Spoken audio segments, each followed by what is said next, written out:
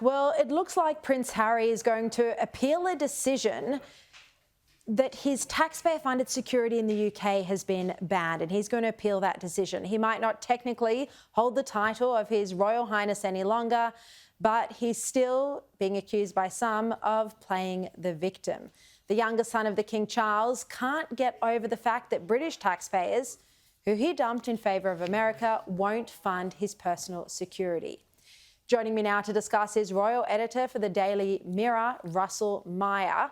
Russell, so do you think Prince Harry is going to lodge this appeal so that his security is paid for by the taxpayer when he's in Britain? And do you think he has a fair argument or not, given he's just relinquished his royal titles?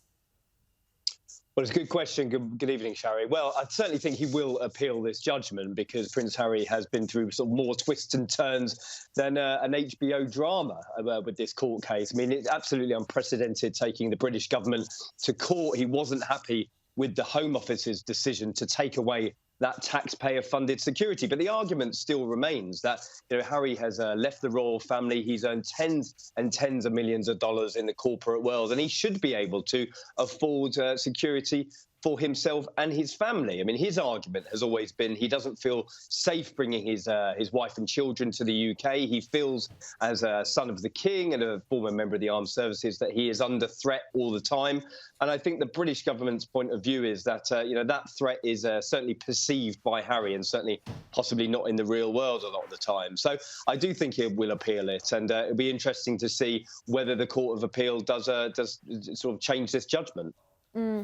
Now, the Princess of Wales has kept a very low profile since she had that abdominal surgery. The palace says that she is doing well, she's recovering well, but Prince William then cancelled an event for personal reasons earlier this week. This has led to speculation that she might not be recovering as well as it said, especially given that it was his godfather's memorial service. What are you hearing? Well, it's certainly unfortunate, I think, for the palace and both the Princess of Wales that the rumour mill is sort of out of control at the moment. If you go onto sort of any social media site, there's an awful lot of people sort of chipping in. But what we do know is that Kensington Palace had been pretty upfront in the beginning, said that Princess Kate had gone into hospital for an abdominal surgery. She was going to be there for a couple of weeks. She was there for 2 weeks and then taking this extended period of leave at home. And that will take her right up until after Easter. So we shouldn't expect to see Kate until around about maybe mid-April when she's back to work. However, like you said, Prince William cancelling this appearance at King Constantine's memorial at Windsor Castle during the week, very, very short notice. He was due to do a reading there as well, has sort of got tongues wagging, as it were. But again, William's back at work today. He's due back.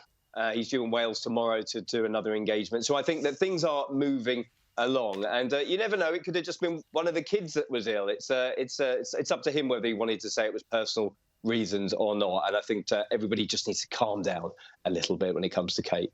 Yeah, I know everyone, especially in the UK, is completely obsessed with the ins and outs of the royal family.